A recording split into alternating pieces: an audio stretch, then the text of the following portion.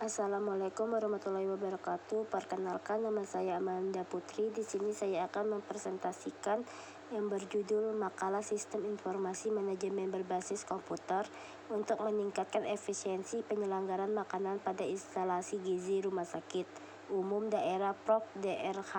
M. Anwar Makatutu, Banteng. Latar belakang, di negara berkembang, sekitar 10 juta bayi mengalami kematian yang 60% seharusnya dapat dicegah dengan air susu ibu ASI karena terbukti meningkatkan status kesehatan bayi. Oleh karena itu, WHO UNICEF 1990 mendeklarasikan Pekan ASI Sedunia (World Breastfeeding Week) untuk meningkatkan pentingnya ASI bagi bayi. Asupan gizi yang kurang karena pantangan makanan tertentu setelah melahirkan menurut tradisi leluhur mempengaruhi kualitas dan kuantitas ASI.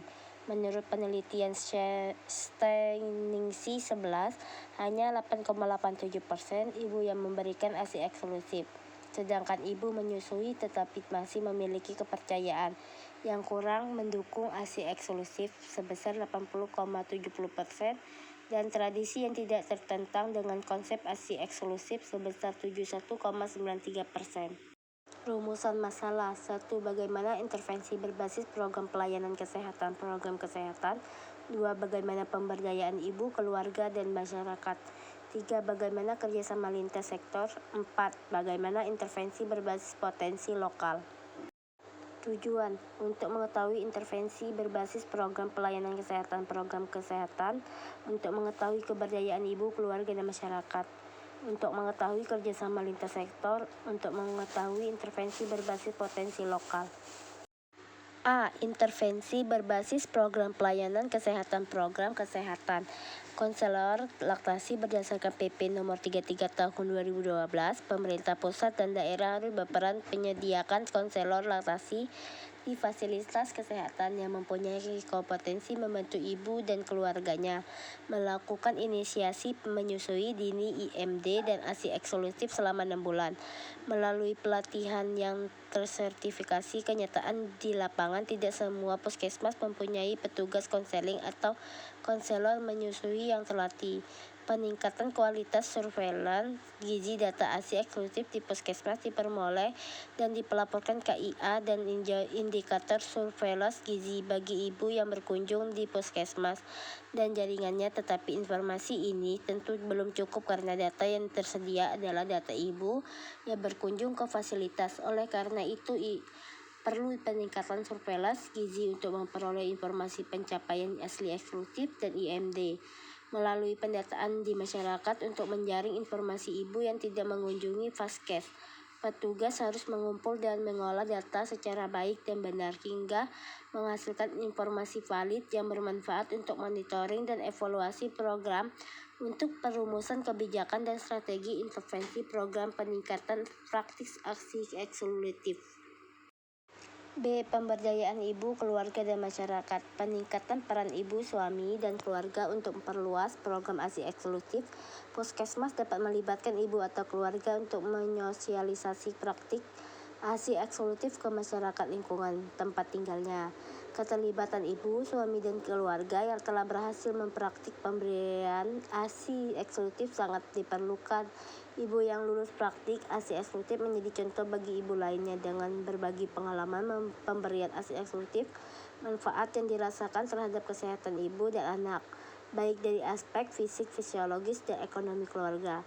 Kemitraan dengan bidang kampung, dukun bayi, peningkatan dan revitalisasi program kemitraan bidan kampung dengan pelatihan dan pendampingan tentang KIA.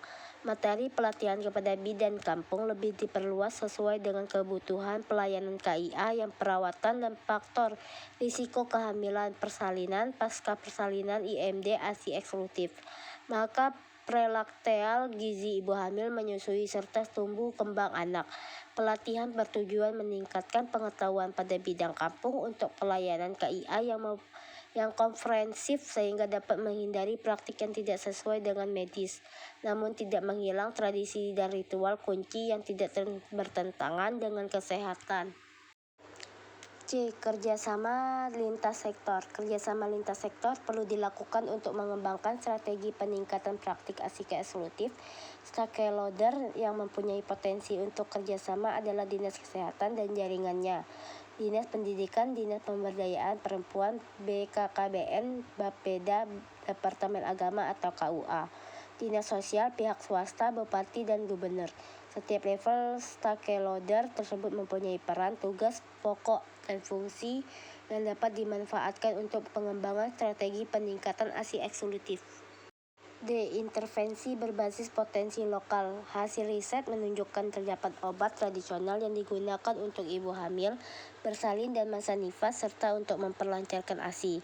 Potensi pengetahuan lokal dengan tatamba kampung atau obat tradisional yang dimanfaatkan untuk mengobati permasalahan kesehatan ibu. Penelitian, obat dan saintifikasi jamu perlu dilakukan, misalnya tanaman obat untuk keluhan payudara dan melancarkan ASI, sehingga dapat dibuktikan secara ilmiah tentang pengetahuan lokal yang sudah diyakinkan masyarakat. Tatambang kampung diharapkan menjadi alternatif penyelesaian masalah bagi keluhan ibu pasca persalinan yang lebih familiar dengan memanfaatkan potensi keanekaragaman hayati di lingkungan tempat tinggal mereka. Kesimpulan, meningkatkan praktik ASI eksekutif membutuhkan intervensi komprehensi yang melibatkan berbagai pihak, mulai dari program kesehatan, pemberdayaan masyarakat, kerjasama lintas sektor, hingga pemanfaat potensi lokal. Dengan upaya bersama diharapkan praktik ASI eksekutif dapat menjadi kebiasaan yang lumrah di masyarakat dan memberikan manfaat kesehatan yang optimal bagi ibu dan bayi. Baiklah, hanya ini yang bisa saya sampaikan. Terima kasih telah bersedia menonton video ini dan mohon maaf jika banyak kekurangannya. Wassalamualaikum warahmatullahi wabarakatuh.